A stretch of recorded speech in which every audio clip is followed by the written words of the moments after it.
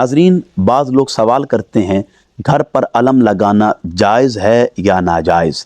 देखें, मुफ्ती आज़म मुफ्ती अब्दुल क़य्यूम ख़ान हज़ारवी हाफ़िज़हुल्लाह का इस पर बड़ा वाज़ेह मौक़िफ़ है।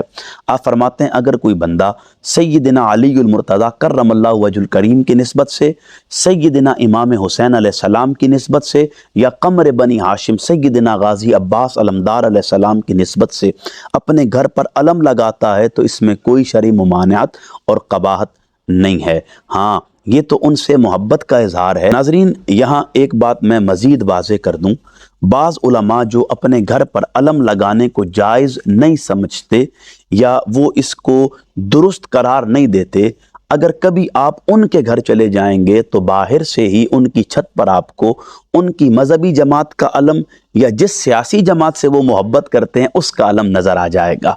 देखें, अरबी ज़बान में अलम झंडे को कहा जाता है, और ये किस कदर अलमिया की बात है कि हम जिस मजहबी जमात से मोहब्बत करते हैं उसका अलम भी लगा लेते हैं, और जिस सियासी जमात से मोहब्बत करते हैं इलेक्शन के दिनों में उसका अलम भी अपने घर पर लगा लेते हैं।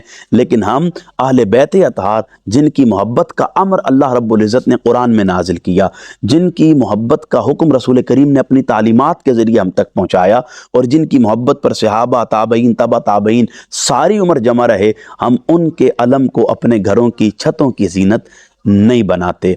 आप अपने घरों पर सैयदना गाज़ी अब्बास अलमदार का, इमाम अली मकाम का, सैयदना अलीउल मुर्तज़ा का अलम लगाएं, और यकीन जाने इसमें कोई शरई मुमानिअत और क़बाहत नहीं है। मैं ये बात बिल्कुल वाज़ेह कर दूं कि मैंने सिर्फ अलम लगाने के हवाले से मुफ्ती साहब का मौक़िफ़ आपके सामने पेश किया है।